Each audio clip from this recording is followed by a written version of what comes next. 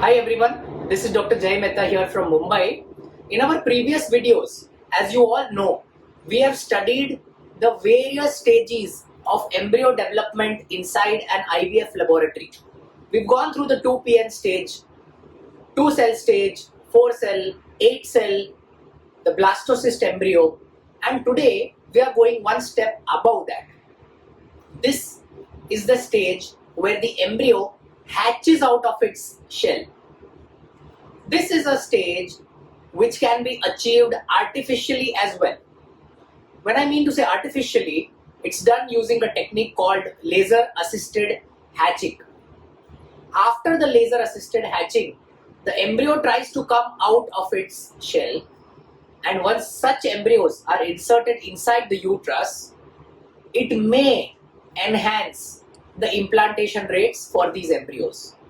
I used the word very importantly. It may enhance. That means even after assisted hatching is done, there is no guarantee that the success rates for implantation for that particular embryo will shoot up. However, there are certain criteria which are followed to do laser assisted hatching. Quintessential criteria being, if the embryo is a frozen embryo, what happens is with freezing, the shell of this embryo, it hardens, and we want to break the shell so that the embryo finds it easy to come out of the shell.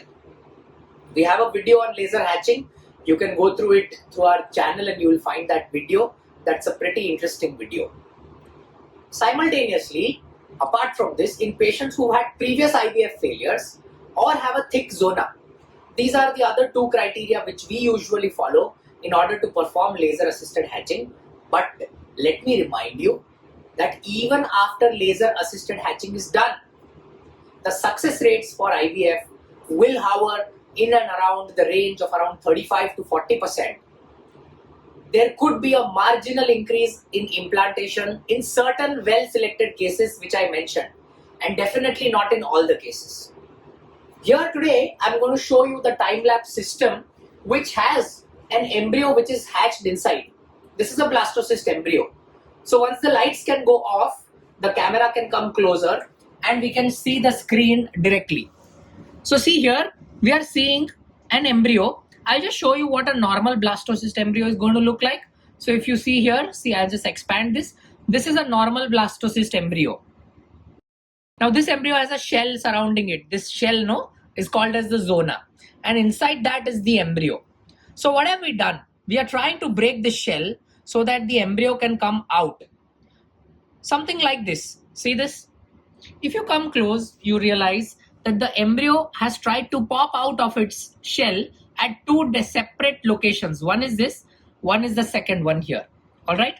Now, when we transfer this embryo inside the uterine cavity, with hope that it may enhance the success rates because this is a frozen embryo, there are certain technical criteria which one has to probably remember in order to do laser hatching.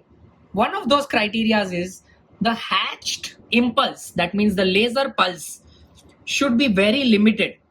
One should not go overboard as far as laser assisted hatching is concerned. So if you look at this entire circumference of the zona, you realize that only about 7 to 10% of the shell has been hatched. That means only that much amount of shell has been broken. The embryo then begins to come out from there, and when this embryo comes out from there, there is a good possibility that this embryo may go inside, get implanted. The other thing which one must remember is that every blastocyst embryo has trophectoderm cells. These are called as outer cells. And then you can see this in the center, which is called as the inner cell mass. All right. One has to be careful that when hatching is being performed, the ICM or the inner cell mass doesn't get damaged. Why? Because the inner cell mass is the region from where the embryo development is actually going to occur. These outer cells which have come out are going to give rise to the formation of the placenta. The placenta is the organ which supplies the nutrition to the growing baby. But remember, the ICM should be protected. The other thing which you must realize is that this is a highly specialized procedure. It needs expensive instruments to do it. It is not something which is done at every laboratory. and it has very specific indications. Should there be further questions if related to this, you can post these questions in our comments box. Me or some of my team members will try and get back to you as quickly as we can. Thank you so much.